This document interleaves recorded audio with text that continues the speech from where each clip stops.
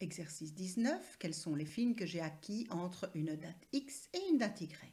Donc c'est le genre de requête que vous pouvez retrouver quasi dans toutes les bases de données. On veut avoir un staff d'enregistrement entre deux dates. Et donc on ne connaît pas les dates. Donc on va aller faire une requête paramétrée. On ne connaît pas les dates dans le sens où on veut passer la main à l'utilisateur pour qu'il définisse ces deux dates.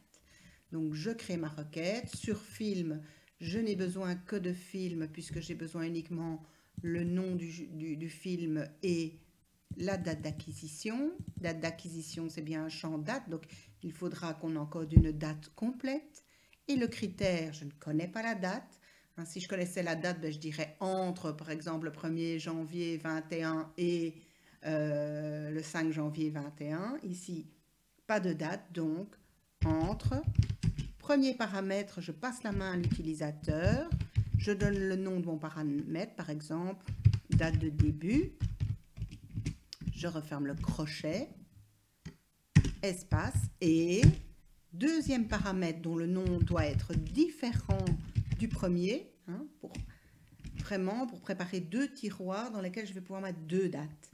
Si le nom est identique, il n'a qu'un tiroir et il ne sait mettre qu'une date. Donc ici, j'ai bien date d'acquisition entre première date et deuxième date.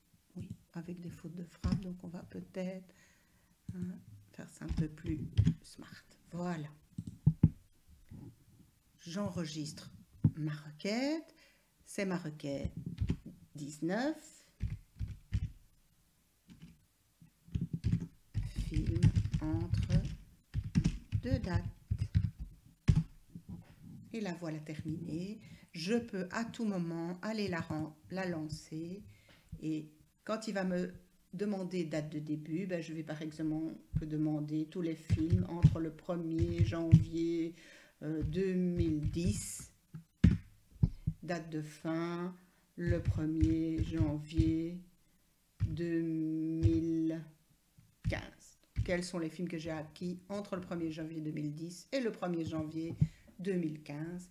Et je vois que j'ai ici 11 films. Et je peux relancer cette requête autant de fois que je le veux en encodant évidemment une autre fourchette de date.